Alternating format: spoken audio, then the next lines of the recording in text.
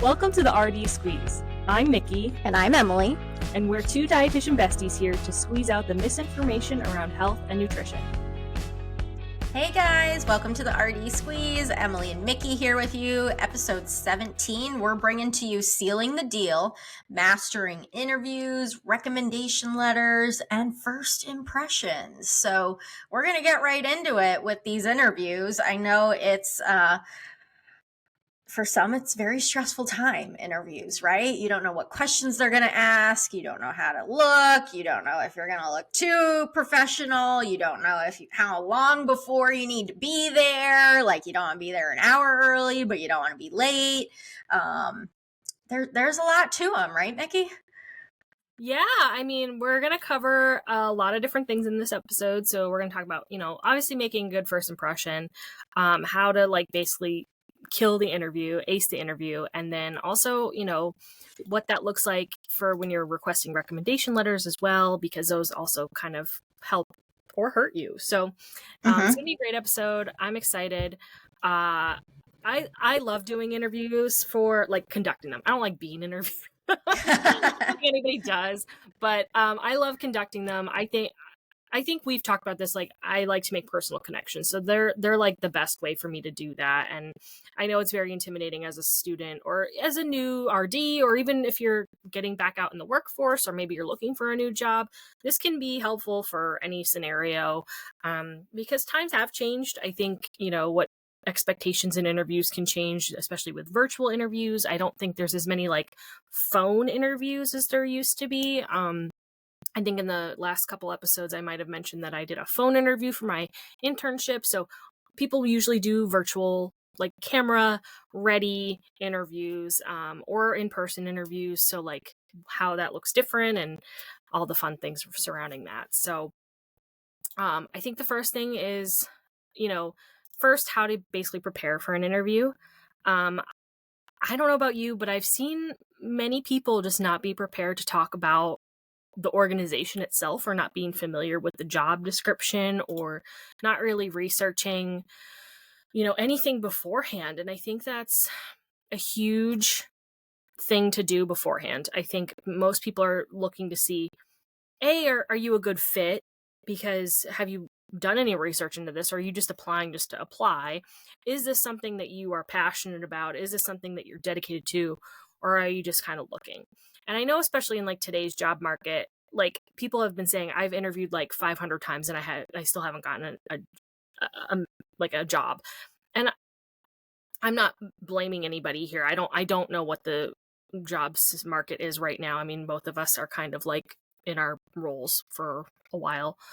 So we haven't been interviewing, but it's just, there's a lot of factors. There's a lot of different reasons, but I think a lot of people don't come prepared to talk about the organization. They come prepared to talk about themselves maybe, but not the organization. So I think that's a huge deal. Especially. Yeah, how are you going to fit their mission? I always read their mission statement, what their vision is as an organization. Sometimes you can throw that into your cover letter, but then it's really also making sure that you're ready to talk about it. I will say most of the mission statements that I read they're pretty similar. Okay. So it's nothing out of the ordinary of you're not there, or you're going to this job and they're not there to help promote health and well-being and a safe place for their patients. That's kind of the gist of it. You might have some that are a little more religious in their sense. Maybe they have a little more focus, especially if you're applying to a specialty or a children's hospital or something. Of course, they're going to throw that in there. So guide yourself into do you have a story that brings you closer to their mission? Did you have a condition when you were younger that brought you to a children's hospital and that's why you really fit with their mission? Did you have a grandparent in a nursing home and you really understand that their mission is to provide a safe and welcoming environment for the older adult population who is kind of leaning on the end of their life and just wants to be comfortable? Do you understand that? And could you connect with that? Did you maybe have a role where you were in a nursing home, you were working in a children's hospital or with children in some capacity that you can connect to that mission. So it makes you seem like you're not just applying for a job because you're a new dietitian and you need a job. You're applying because you do want to be there and you want to give them something from your history and you can connect in some way. Yeah, I 100% agree. And I think, you know, one of the biggest things too is if you are like, you might look at a job description and be like, oh, that's perfect for me. And then you start looking in the organization and they're not a good fit for you. If you're finding that out in the interview, that's poor on you. Like, you should know that honestly even before you apply for the job. But like, let's say you apply and then like you're looking for it afterward because you did get an interview. You know, if it's not something that aligns with you, then don't waste their time, don't waste your time. Like, it's important to be self-reflective. And I always say that even with students who are coming to the program, like, you I'm interviewing you, but you're also interviewing me, and see if we're a good fit to work together. If my communication style is like okay for you, if my program is meeting your specific needs. And I think that's, kind of foreshadowing where you bring questions to the interview.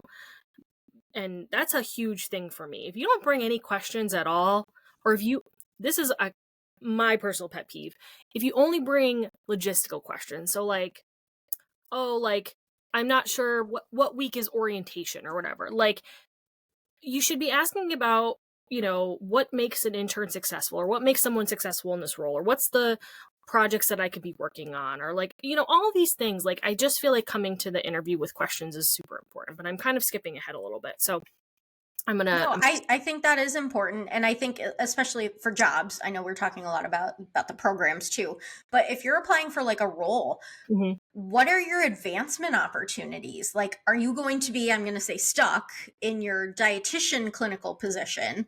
Or are you going to be able to grow from that? Are you going to be able to go to a different step level? Are you going to be able to challenge yourself or move laterally, at least to give yourself some different skills? Those are the types of questions you want to be able to ask. Are there opportunities for doing projects or additional duties beyond what's expected? And is there compensation for that? Or is there like some give and take to that? Not just as Micki said, like, what's the pay? Do I get benefits? Like, sure, you can ask those things, but typically those are more HR questions when you get the offer. And that's when you can decide. Like, you can say, you know what, I had some questions before I accept an offer. And take it from there. But really, in the interview, the people that are interviewing you for a job, I will say in this instance, and honestly, even for programs, they're the ones who know the job. They're the ones interviewing you for the job. Now, there might be some instances where there's a recruiter that is not a dietitian, I will say. But in many of the roles, your recruiter is a dietitian, or they have a lot of history with dietitians. And so they know how to answer your question. In interviews I've been on the panel for, we're all dietitians. So we know what the role consists of. And we want to hear from you. And I think we'll get there, but pulling answers, like we want more information. And I know you have that as a point here, Micki, to go into with the interview questions. Other things are going to be like knowing your strengths, your weaknesses, and any like specific clinical questions too. So and I don't mean clinical in the sense of they're going to ask you like the hardest TPN question. They're going to be asking you more in a situation like this. What would you do? They want to hear how you're critically thinking. They don't need to hear a specific answer. Like, again, they're not looking for the specific calculation or the specific gram for carbohydrate counting or something like that. Now, if you're going in for like a specialty interview, they might, if you're a certified diabetes educator, or, in a children's hospital, ICU, PICU, like they're going to be asking you maybe some more challenging questions. But we're probably more talking to the students here, the newer dietitians, where they're really just going to want to hear your critical thinking and how you would approach that situation, not what is the answer to it. Okay. So knowing some of those things ahead of time, thinking of situations you've been in when I mentioned strengths and challenges, situations clinically in your internship, in undergrad that you've been in, maybe in other jobs that you've had, where you've had to deal with a challenge, and how did you successfully get through and manage that challenge? How did you come to a solution with that challenge? I know a lot of interview questions I've asked is with coworkers or colleagues or students together. Like, how did you manage a challenging friendship or relationship? How did you deal with that? And how did you manage to continue to be able to work through it? So that's what we're talking about with challenges, with strengths, showcasing some of your skills. Like, just saying you're organized and like timely, sure, those are great strengths, but explain it a little bit more. They don't just want to hear those words, because to them it doesn't really mean anything. Yeah. I'm sorry. I want to circle back to something you mentioned a while ago. I think you mentioned something about you're trying to see if you can move up in a position. But however, some people nowadays very much are okay with staying in the same role and being in that role and not wanting to grow. So again, if you want to see if there's no room to grow, and like I said, you have to dig in those things. Because I know a lot of people are like, I have no desire to be in leadership, or I have no desire to move up the ladder. Like, I just want to do my 9 to 5 and go home. Like, and that's fine too, but you have to inquire about those things. So I did want to circle back, and that's okay to do. Me and you are probably not on the same wavelength. Not you and I, Emily, like me and that person, but like, that's totally fine too. And then kind of going back to what you said, so I do interviews with my students all the time, and I give them feedback after the interviews. And one of the things I say is exactly what you just said. Like, if you practice at least 3 scenarios, most interviews are going to ask you those 3 things, right? What are your strengths, or like, what are you good at? Sell yourself in those types of questions. What are your weaknesses? Don't tell me what your weaknesses are now. Honestly, nobody wants to hear about what you're bad at. Like, you don't want to say I'm bad at time management, because, they want to hear what, if you were bad at time management, how did you overcome that? Like you said, how did you work through that? How did you implement something to help you get through that? Do you use an agenda? Do you use a calendar? Like, how did you come out of that scenario? If your grades were bad in undergrad, how did you overcome that? What happened? Like, tell me about those things. And we talked about that in your the couple episodes ago, like the personal statement too. That might be something you want to address there. And then the last thing, like you said, challenges or scenarios. These are behavior-based questions, so we want to know how you deal with a crisis, or how you deal with conflict. I always joke, conflict is inevitable. You're going to have it anywhere you go, regardless of if you're in customer service, if you're with a patient, if you're with family, if you're with colleagues, there's going to be some sort of conflict. So how do you work through that conflict? How do you overcome any sort of challenges that you are faced with? And I think having at least those three stories to tell, and practicing those stories, talk about those stories, the more details that you have, and the more you talk about it, the easier it gets to say them, and say them like with structure. And I'm going to talk about that structure next, which I think it's called, well, no, I know it's called the STAR method. So it's the situation. So tell us about the situation. Tell us about the task. So whatever task you were assigned. If it's a group, you can talk about the task that the group was assigned, but then the next step is action. So I don't care about what anybody else did in that group project. I want to know what you did specifically. So don't be saying, oh, we did this, we did this, we did this. They're not in the room with me, or they're not in the virtual meeting with me. I want to know what you did. Because this is your time to shine. Yeah, yes. Not theirs, yours. And ultimately, like you said, if you really want this job, sell yourself. Don't be afraid to talk yourself up. That's what that is for. I think a lot of people are very uncomfortable with self-promotion at times. You need to get comfortable with that, especially in an interview, and especially when you go into jobs negotiating in the future. You have to be comfortable saying what you're good at and what your strengths are. So, what action did you take? What do you have experience in? And then what was the result of that action that you took, and what was the result of the task? So, if you're talking about a conflict with a colleague, you're talking about the situation. Maybe how did you overcome that situation? So what was the task that you need to do? What did you recognize that needed to happen? So maybe you had to have a transparent conversation with your boss. Maybe you had a transparent conversation with your colleague. Whatever the case may be. What did you do? So did you have that conversation? Did you not have that conversation? Did you report them? Like, I don't know. What did you do? And then what's the result? So like, are you friends now? Or did you quit? Did they quit? Like, what happened? Like, obviously that might not be the most professional, but you get the gist. Like, I want to know what the whole scenario was and what you did.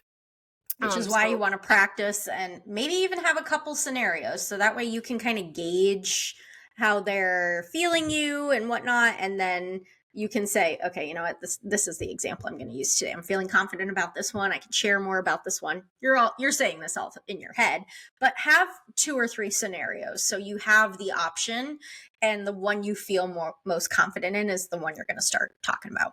Yeah. And I think definitely think of more unique scenarios if you can. So if there's a specific area like where your leadership really shined, or maybe, you're of a different, cultural background than the rest of your group or the rest of your team, how did you, showcase that? How did you work that into your work project or whatever? What made you unique? What did you do that was innovative? I think those really help stand out. Like, you could say, oh, I learned how to time manage, or I learned how to organize. That stuff, unfortunately, you need that for pretty much every job that you have. So if there's something more unique, definitely showcase that rather than just the typical stuff. Yeah. I recently did some interviews with some students, and one of the questions I asked was about their strengths, but I don't ask what are your strengths. I'll put it here. I'm probably going to still use this question. So if any future students are listening to me for this year, I might use this question. So now you'll know how to prepare for it. But like, we have core values at Marywood, and one of them is commitment to excellence. So one of the questions is, one of the core values is commitment to excellence. How do you like live out this core value? Like, what do you do? And some of them, they didn't give the best answers. They were like, I work really hard. And that was it. And I was like, okay, like, this is an area where we'll talk about this. I was asking you your strengths right there. It wasn't so blunt about it. It was more roundabout, but how do you sell yourself in that area? So, I think just showcasing your unique skills is super important in any scenario. But I think something else, and maybe we'll talk about this with professionalism, so maybe I'll skip this for now. I'm looking at my notes here. We talked about having very specific questions after the interview to ask about. So I think that's really important as well, because it shows that you're engaged and that you've done your research and that you're interested. I'm going to skip, Emily, I think, the recommendation, and maybe go down to the impressions and stuff too. Let's do that. Yeah. What I was going to mention was, when you're in that interview, first of all, if it's in person or virtual, clear distractions. Make sure if it's virtual, you have a good internet connection. If you are at home and you have a dog or a cat, try and put yourself in a quiet room. I have a dog. I think in maybe one of the other episodes, he was barking at one point, and we might have cut it out or whatever the case may be. I don't know if you could hear him, but like, it happens. We get it. But if you can, make it so that you're in a private area, and that way you can fully be like distraction free. Don't put your phone on a table if you are in person. I think you can bring like a small notepad or like a piece of paper if you have questions that you want to write down, or like specific logistics or anything. I think that's totally fine. I've never like docked anybody for that or anything. Like, it's not like I'm like, oh, they need a piece of paper. And I've done that too. I've brought my paper in to ask questions and then write the answers down. And you should have some copies of your resume, so print them out. I know that might be an old school thing, but do it, bring it with you. Look professional. I think that's the next thing, is like how to look. We're not going in leggings or sweatpants or tennis shoes. Like, you should look the role. And as dietitians, we dress business casual. Some facilities might dress a little more business than others, and that's kind of part of your homework, is to kind of know what they're dressing as. I know in today's world, especially since the COVID pandemic, some more inpatient dietitians might wear scrubs. You're not wearing scrubs to an interview. You're dressing business casual.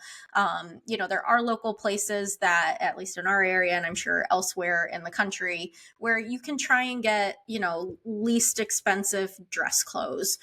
Do you necessarily have to wear a blazer and like the nicest black slacks and like the highest stiletto shoes? Absolutely not. But you should go in with some nice dress pants on, some nice shoes. They do not have to be heels. Absolutely not. I'm not a heel girl, so I wear flats, but they should look nice.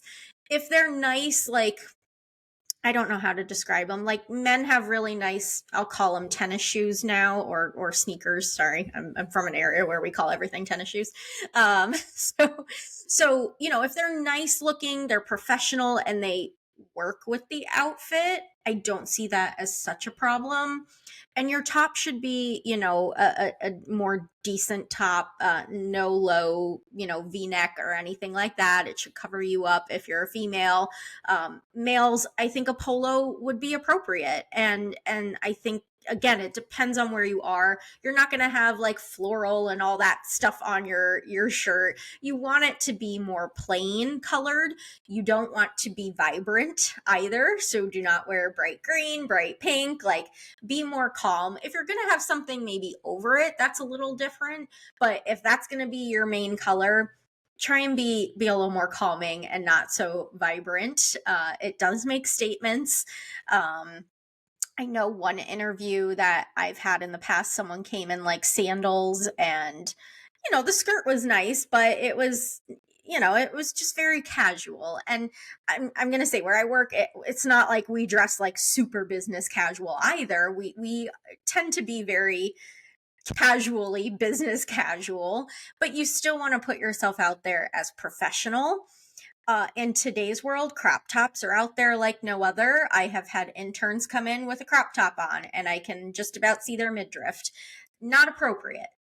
Let's cover up. Not my interns. Let's just clarify. No, it was not your interns. No, it was not.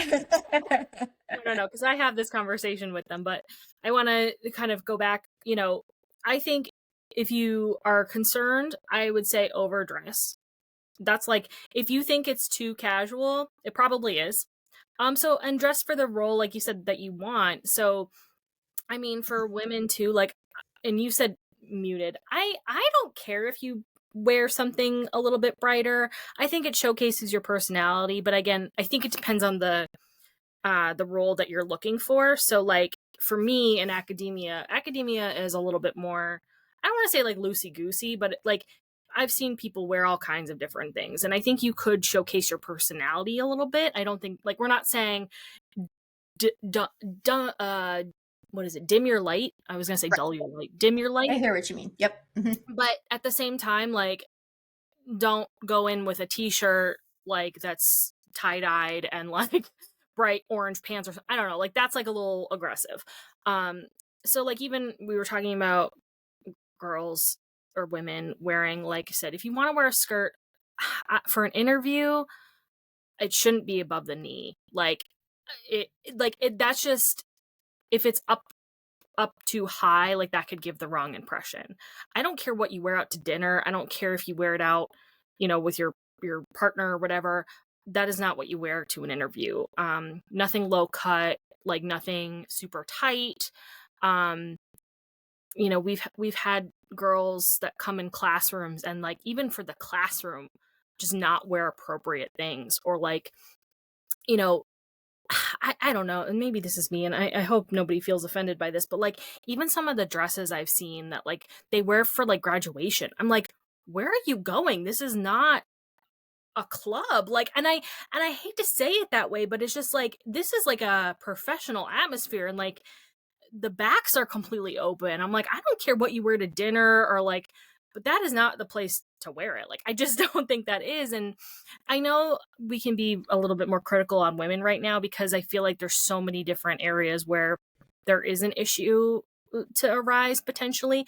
And like I said, I know, we're body positive, you can express yourself however you want, but also, keep in mind of, who you're dealing with. If you're dealing with elderly people, they're not going to want to see that stuff or whatever the case may be. But even men, like I've seen men wear shorts and flip-flops to like their jobs or whatever. So I think like khakis or dress pants and like a button down and a sweater if it's colder, or like a button down or polo, like you said. No t-shirt, like nothing like that. Like that just is too casual, especially like a plain white tee. But again, if you're going in for like a chef role or something, that might be more appropriate. I don't know. And if you can't afford stuff, like you mentioned it before, I am a avid thrifter. I haven't so much in my recent days, but like I got this really nice suit at Goodwill for like $10, and it fit me perfectly, which is wild. Like it was so like kismet, but like it's navy pinstripe, and it fits me perfectly, and like I said, $10. Like it's not that serious. It's a blazer and pants, and it's wonderful. Again, you're not always going to get that lucky, but like there are things there that are easily accessible, that if you cannot like absolutely afford a whole new wardrobe, that's okay. Just invest in like one nice jacket or one nice pair of pants, and then like you can build your wardrobe from there. And we're focusing a lot on wardrobe, but like even, you know, I'm more relaxed, especially with students, about like piercings and tattoos and things. And I know that's like a huge hot topic right now, or like different colored hair. And again, this is more, I think, female based, because men can just cover them up with, a long sleeve shirt and pants, like unless like you have like a neck tattoo or something. I don't know. But like women, I think it is more likely to show, especially like with really long nails. Or I think, like you said, the more demure, that was a big word, like the more subtle you are in those cases, like I think that would be more beneficial. Now I'm okay with piercings. I've seen nose piercings before. That doesn't bother me, but I think for maybe someone who's an older boss, that might bother them a little bit more. Colored hair doesn't bother me, like purple, whatever. Like I don't care. Again, I don't want to say that's not going to be an inhibitor for everybody, but I think that would be an inhibitor for some. So again, if it's a more reputable place, you might just want to consider changing that up a little bit. But if it's like an interview for an internship, that doesn't bother me. But then some directors might also feel like they don't want you going out and representing them that way. I don't know. Yeah, and I think to kind of and close on what we're saying here is that it's okay to be yourself, but the interview is a time for you to make an impression, and you don't necessarily have full control or know the ins and outs of how that person feels about you yet, what the dress code is there 100%. So this is the time to be a little more cautious, the time to kind of take in, okay, I need to back down a little bit from what I normally do. And even if you get the role, as a student, it's going to be a little different. But if you're going into an actual dietitian role, you're going to take a month or so to really feel the facility and see how people are dressing before you actually get to the spot of, this is how I'm going to dress. I know it took me 2 years, 3 years to kind of figure out what the appropriate dress was for my role, because I was seeing people do all types of different things. And so I was going from wearing a lab coat to no lab coat to sometimes dresses, sometimes skirts, to like absolutely none of that at some points. And now like you've come to a point of, okay, this is what's appropriate. These are the clients that I'm showcasing to.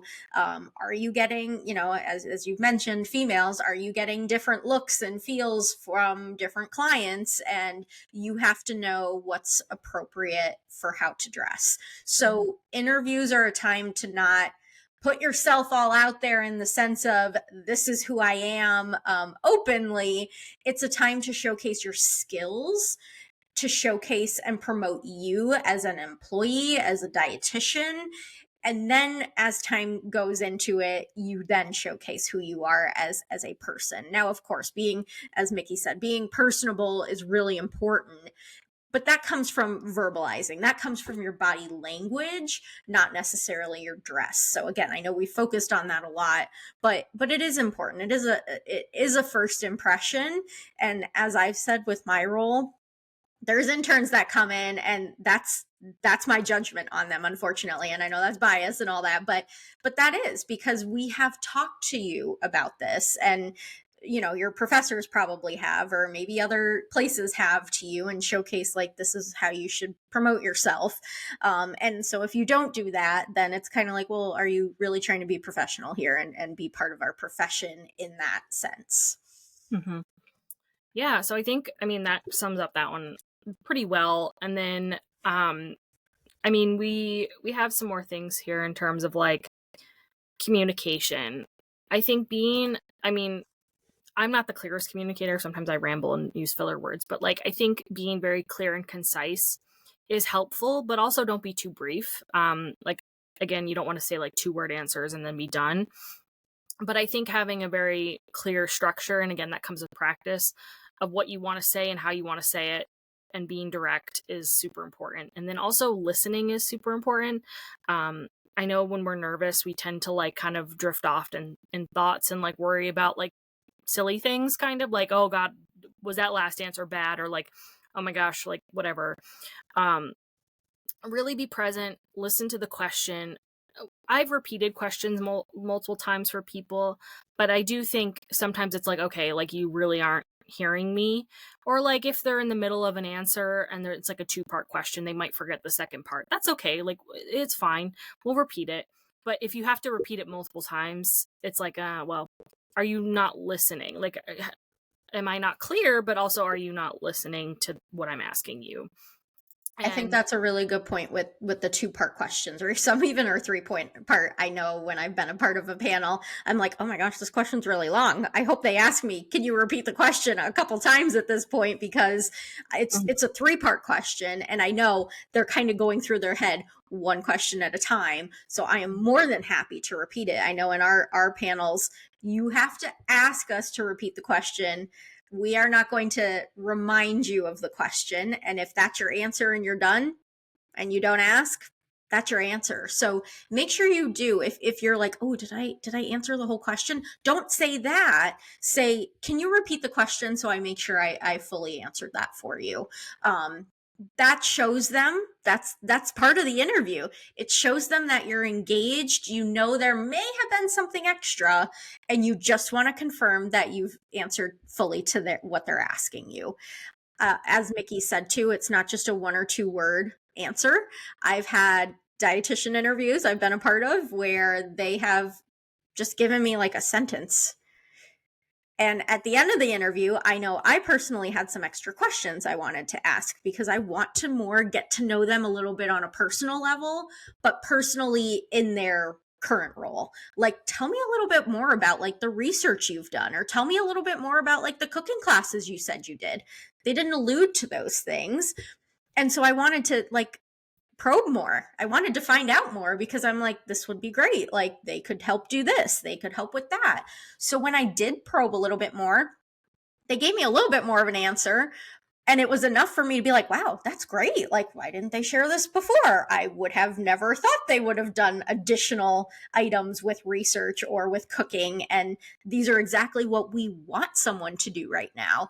So had I not asked those questions, which again is only coming on my terms, I wouldn't have gotten that information. So as Micki said, we don't want to like extend our response so long, but we want to say, I did research on these topics, and I did it with these teammates or colleagues or whatnot. This was the topic, and the reason we did that research is because of yada yada, and this is what came out of it, and we were so happy with that answer. Or result of the research. That's okay to share. But if you kind of keep going on and on about like, well, we kind of came into some issues during the research, and it just ended up being a really long research, they don't want to hear any of that. Okay. To the point of STAR, in a way, get to the point of it, share the results that came out of it. that is something good. That's promoting yourself. That's saying, hey, look at what I did and look at what we did. And in that instance, especially in a research study, you're working with other people. So you can say the we, but promote what you did and what the results were. Yeah. I think another kind of like faux pas or like pitfall that I can talk about too is on the opposite of that, like oversharing. So I don't know, like maybe it depends on the person, but sometimes they use like personal examples or like share too much about like their personal life in an interview. You want to definitely avoid that. Like I know this isn't recent, but like in past program interviews, I've had students talk about like having mental health issues and eating disorders or whatever the case may be. And unfortunately, in a professional interview, you don't really want to, mention those types of things. I understand they were coming from it, explaining their grades or something. And again, I'm talking from a student perspective, but even in like a regular interview, like I've had like newer RDs or newer, professionals, because I didn't always work with RDs, like mention this kind of stuff. Or using like inappropriate events. So like if you're using like you planned your dad's birthday party, like that's not something that you want to talk about. You want to use more professional examples that relate to work or volunteer or school, or something that was like more on a professional level. And just be careful of, like you said, oversharing with, the interviewer about your personal life, because that can get a little tricky for a lot of different reasons. And, it could hurt you, it could help you, it could hurt you, it just can be misinterpreted. So just avoid kind of talking too personally. I mean, in an interview they shouldn't really be asking you personal questions. So again, if they are, not like super like, oh, are you married, do you have kids, that shouldn't be happening. I think that's illegal. So but also don't maybe offer that up, because it could be used against you. It can, and in an unfortunate way. Not that it should be, but it can be a bias that plays a role. And you had a note on here about arrogance. So I remember being in an interview, and I thought this guy was great. Everyone else in the interview was like, nope. They caught that arrogance. They caught that he was like fibbing a lot, because they kind of knew a little bit about him personally. And I was like, oh, yeah, I didn't know that. So I did not have any bias going into it. They had a little bit of bias. So again, pro and con. But, and I will say, are there times in interviews where someone's maybe pushing those buttons a little bit and pushing them like to be a little bit higher on the spectrum of what they did than where they really were? Potentially, but you don't want to get to that level of like, okay, you know what, we were here and I just pushed a little bit extra of what I actually did. You don't want to go from like here to here, right? People can acknowledge that. They know when you're fibbing. So you can give a little extra and say, like, especially, I know I've done this. I will say that. It was not a lie. It was more just like well, the situation didn't turn out the greatest, but, it turned out fine. And, we got through it. And in the end, the solution that came of it worked out well. Okay, maybe it didn't turn out so fine with, maybe it was your colleague or something, but that's okay to maybe fib a little bit if you're kind of like struggling to find the good in the end. Okay, fine. They're probably not going to know all of that, but the main point of it was you did something, you had a solution, you measured it, and the end solution became something that then was a best practice or something. Okay, fine. I'm not going to worry about that little detail of maybe your colleague and you are not friends anymore, and you said, everything turned out okay. We're not going to worry about that, because are they really going to know that? No. But that end final result, you really have to know that it's not a fib, and really know that the challenge or the example you're giving is true to the point. Yeah, 100%. Okay, so moving on to, I guess, well, this is something that, well, we'll talk about recommendation letters first, I think. So I think we can keep this one kind of short, to like recommendation letters. I think so many people use AI to generate them now. I had someone actually recently reach out to me about recommendation letters and was like, I had AI generate this. All you have to do is sign it unless you want to change it. And I was like, that's cool. Like, that helped me out, especially for people who are really busy but are writing recommendation letters. However, I did go in and edit it personally. However, make sure when you're writing or you're requesting them, make sure it is somebody that does know you. We talked about this a little bit in the past episode, but like, make sure they actually know you, they've worked with you. Don't just like ask just because they met you once. They can attest to your character in that way. And really, I mean, that recommendation is a document to see if you would be a good fit and like what your skills are like and how other people perceive you. So, you know, if you are going to use AI, just make sure to personalize it. Make sure everything that's in the recommendation letter is true. And then if you are sending that template to somebody, make sure that they do edit it in some way.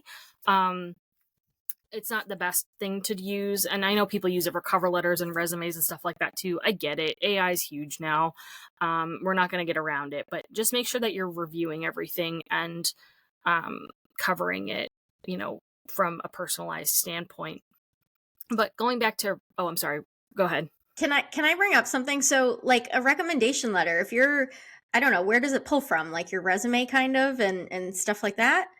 I think you can upload, like, it depends on the type of AI you're using, but I think you can upload your resume. You can give it prompts. Like, you could say, like, oh, I've done this, this, this, and this, and they can just kind of generate it. It's usually pretty vague. It's like, I was going to say, because so I was on the nominating committee for our state, and so doing awards and scholarships and things like that. And so if you're sending the same thing to different people, it doesn't matter that they're different people, they're getting the same information. So wouldn't that prepare a very similar recommendation letter? And therefore they're not I mean, like you said, you go in and edit it, so it's a little individualized. But I'm going to say, like, being on nominating committee, the recommendation letters I read from professors, from colleagues, I was blown away at like the messages that they would share, the personal stories. So for me, like an AI thing like that, that's only pulling from a resume, I'm not getting the full story. And if that's all, it's just pulling out the main points of the resume, maybe it's not really personable. And someone else could have really pulled out personable information if they just wrote that themselves. So that's all I just wanted to say on that. no, you're 100% right. And here's something else to avoid. Don't send that same template to the same people. Like, if you're asking for 3 recommendation letters and you send that same template and it looks all the same and those all come to me or to you as whoever's hiring, that looks very bad. So change the template if that's, because if they don't edit it, you're really screwed. But here's the other thing too, like, and this is where recommendations can get very tricky. I asked for a recommendation from somebody who has been a mentor to me, who is knows me very well. We worked very close together. We've had a lot of experiences together, who could really attest to my skills. And their recommendation letter did not showcase any of that. It was really kind of bland, and I was disappointed in that, because I was like, wow, this is somebody who really could talk to my strengths. So I almost say ask for multiples. Like, I would ask for like 5 or 6, because if I did get one that wasn't great, and again, that person, I'm still friends with this person to this day, it just wasn't what I was expecting to get from them. It was like less than a full page. It was like very brief, which again, they don't have to be novels. They shouldn't be novels. It should only be 1 page, but like, it just didn't really showcase everything I had done. And I was disappointed. So when I asked other people, like, I've asked you for multiple, you know, recommendation letters at one point, I think, and like, you can attest to my strengths or whatever, like, and you were able to showcase that, and you were personally affected or personalized the letter to that. And I think that's like what you're looking for. So again, if you're going to like a director that you worked with in academia or something, they might be able to talk to your strengths. But if you're just going to a professor who had 1 class, they're not going to be able to do that. So it is going to be very bland and boring and maybe not really representing of who you are. So just keep that in mind when looking for recommendations. I think also giving people enough time. So don't ask them like the day before something's due or the day before you have to submit the application. I always do an email to request them. I don't do text, but I don't function well at a text message. So, I mean, if you really are on a personal level with them, that's fine. Or ask them in person and then follow up with an email, I think is best. Again, you can share your resume, your accomplishments. If you're applying for an award or a scholarship, provide the criteria for that, because I want to make sure that what I'm talking about you meets the criteria of what you're applying for. Because I could say, I could talk about like your grades till the cows come home, but if they're looking for your volunteer experience, well, I didn't focus on that because I thought they were focusing on academics. Like, you know what I mean? Like, it's just make sure you send those along and help support that person in writing that letter for you. And obviously say thank you, provide a thank you note. And that goes also for interviews as well. I know a lot of people used to say provide handwritten thank yous. And I think for like a recommendation, that could be nice. And for an interview, that could be nice. But I think most people just do an email because mail takes a while to get there. So like by the time they end the interview, like if you send it out even like that second after you leave, they might not get it for a week or something. So then they're like, oh, this person didn't say thank you. Like, X on them. Like, I don't know. Like, just like, I don't think it's a make or break, but it is something nice to consider. So even sending a thank you email is always nice. I think a lot of stuff we're talking about is bringing back to the basics of interviews, recommendation letters, and first impressions. We've gotten away from a lot of it, like the thank you. It's hard to get through HR. No matter where you're working, you really don't know who to contact sometimes. But even if you just send it, you sent it, right? Even if it maybe doesn't get to the right person, that could also be a question you ask. How can I get in touch with you if I have more questions after this interview? Yeah, I would always ask for business cards. Yeah. Like, when I was first looking for jobs, I would ask for business cards so I knew who was in that room with me during the interview. And that way, and I would say, if I have any questions, who can I contact? And like, even if I contacted one person, if I didn't get the business cards for everybody, or like maybe they came in and out in passing, at least I have one person that I say, who else was in the interview again? Or like really take note of their name, and you can look up their name on the company website. And maybe that has their directory information. Or like I said, you could reach out to an admin or like someone in HR and be like, hey, I want to reach out to this person. Can you give me their contact information? I think that's all valid, but I very rarely get thank you emails anymore. It's just respect. I think that's what it comes down to, is respect for their time to take to see if you're the best candidate for the position.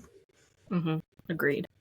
And it's just nice. It's just nice to say stuff. And that also gives you another communication opportunity to say, I really felt connected to this role, or I really felt connected to this company, or I really appreciated you sharing the logistics with me, or I like, it is another connection point. And that's what you want to do, is again, build those connections so they feel like you are the best candidate. They feel like, okay, this person really stepped up. They really showcase how interested they are. We want that person. Because ultimately, that's what most people want. They want to know that you're invested in the job or the position or the role or the internship program or whatever the case may be that you're doing. They want to know you're invested. And I think that's ultimately what you want to showcase throughout all this stuff.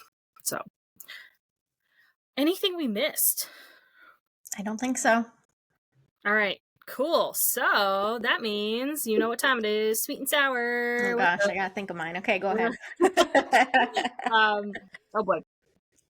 So we are recording on a day that I also have an improv show.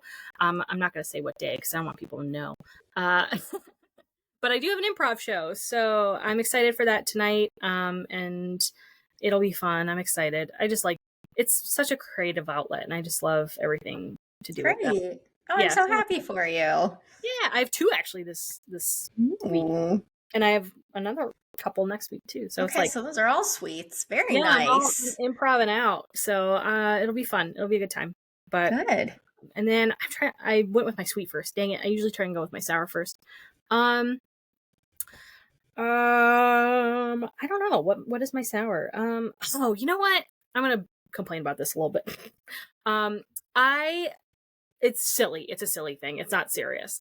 I downloaded a stupid game on my phone, and I downloaded this freaking game, and I need to like delete it, but I'm like, I put so much time and effort. It's so stupid. It's one of those games you'll never win. I hate it. I feel like obligated to check it, and I'm like, damn it, this is exactly what I didn't want to do this year, and I did it. And I don't even know how it all started. It just like ended up being stupid. But so I'm sour about that because I'm like, you fell for this stupid what are you doing? You're smarter than this. So and it just eats time and I don't like it. So Yeah, that's my I sour hear right you. now. I'm like trying to convince myself to get rid of the game. Or at least Good spend less luck. time on it. Yeah, But right. Aw. so All right. Well, my sweet is I bought a book. I don't know. Was it a week ago? I might have gotten in the mail, maybe a week and a half ago. And I'm more than 3/4 of the way through it. So I'm really proud of myself. I am not a reader of like enjoyment books. Now, this is more like self learning book. you want to share Um, what book it is or do you not want to share? it's called Let Them Theory by Mel Robbins.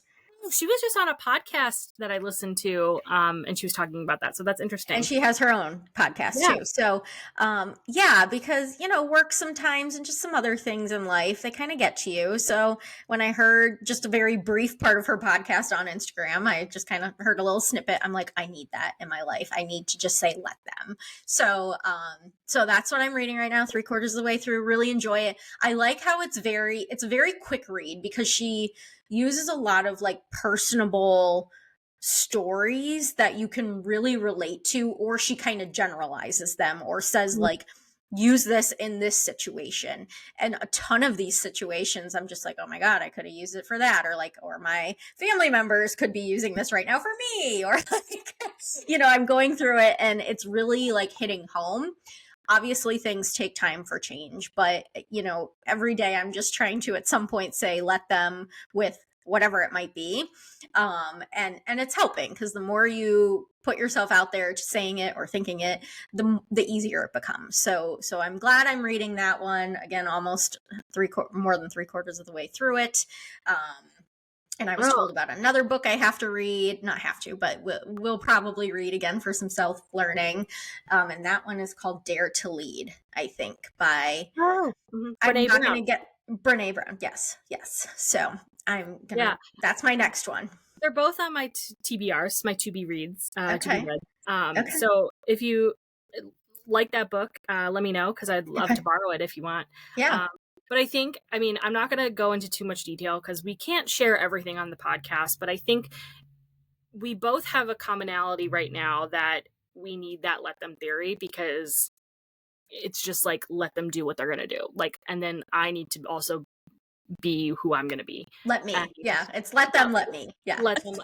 Exactly. Yeah, because I listened to the podcast. Like she did talk about it, and I am familiar, so I'm curious about the book now. But yeah, like I think you and I are in similar situations where we're like, we need to just let me do my thing and let them do their thing, and stop caring about how much they care about us Yes. and how Yes. much they perceive us and all those like people pleasing tendencies and things like that. And that comes at a good time because I think that is kind of one of my sours too, is like I was very sick of this, and I still am. This week has been one of those weeks that has been difficult, and it's just one of those that it's just like I just need to let them do what they're gonna do, and Mhm. whatever happens to me, whatever happens to me. But I can't keep worrying about it and making myself sick Exactly. over it. So Exactly. Yep. I love that. So let me know if you. I don't know if you have plans to. I will let them let me let you know. Yeah. And if not, I'll just buy it. But like I will at least borrow it and see how it is. So Yeah. awesome. Well, I love that for you. Let me know when you finish. Thanks. Okay. And then my sour, oh gosh, I had it in my head. I'll go Sorry. with this one. My sour is that There's just too much ice on the ground and snow. Well, it is melting because the sun is out, but it's just, February is a tough month. And yes, we are in February, so it's a tough month. This isn't coming out till March. It's just doing that. You keep dating us. I know, I'm sorry, but it's just a tough month, tough time of year right now. We're in the gloomy days of cold, and I know I've lived in cold my whole life, so like, this season, so I should be used to it, but no one's ever used to it. So but that's my sour right now, I guess, is that I just wish it were a little warmer so I can get outside more. I think that's Sours why. are always weather related, and I think it's really funny. I know they are. I think you need to move to a warmer climate. I'm not moving, I just moved. I know. You need a vacation. Planning it April. Oh yeah, that's right, I do remember you saying that. Awesome. All right. Well, I think we're done. So yeah, thanks for joining us on the RD Squeeze. We hope that you enjoyed this episode. If you did, please like, share, comment, all the fun things. We'll take your questions. We'll take your topic suggestions, all that fun stuff. We're on Instagram, all the fun places. So let us know. I can't believe this is episode 17. Wild. I can't believe it. We're almost done with season 2. I know. Crazy. Well, thanks for listening, everyone. Thanks for your support, and we'll look forward to seeing you on a freshly squeezed episode on Sundays. Bye. Be sure to follow us on Spotify, YouTube, and Instagram. We will always take topics you want to hear about, so message us for any topics you want to see covered on the RD Squeeze. Don't forget, it's dietitian with a T. We'll see you next time on the RD Squeeze.